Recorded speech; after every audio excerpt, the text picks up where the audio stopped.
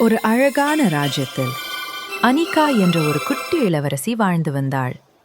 அவளிடம் பொன்னாடையும் இருந்தது, மின்னும் நகைகளும் இருந்தது. ஆனா அனிகாவின் மனம் மிக மிக நல்லது. தினமும் அவள் அரண்மனைக்கு வெளியே சென்று மக்களிடம் பேசுவாள். அவர்களின் கஷ்டங்களை கவனமாக கேட்பாள். ஒரு நாள் பசியிலிருந்த ஒரு ஏழை சிறுவனை அவள் பார்த்தாள். அந்த சிறுவனை பார்த்ததும் அனிகாவின் மனம் உடனே உருகியது. வாங்க, என்னோடு வாங்க என்று சொல்லி அவனை அரண்மனைக்கு அழைத்தாள். அன்போடு சுவையான உணவை அவனுக்கு கொடுத்தாள்.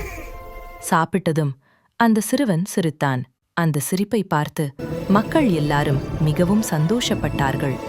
அப்போது அவர்கள் புரிந்து கொண்டார்கள், அனிகா அழகான இளவரசி மட்டுமில்ல, அன்பும் பணிவும் கொண்ட ஒரு உண்மையான இளவரசி என்று. உண்மையான உயர்வு அன்பிலும் பணிவிலும் உள்ளது.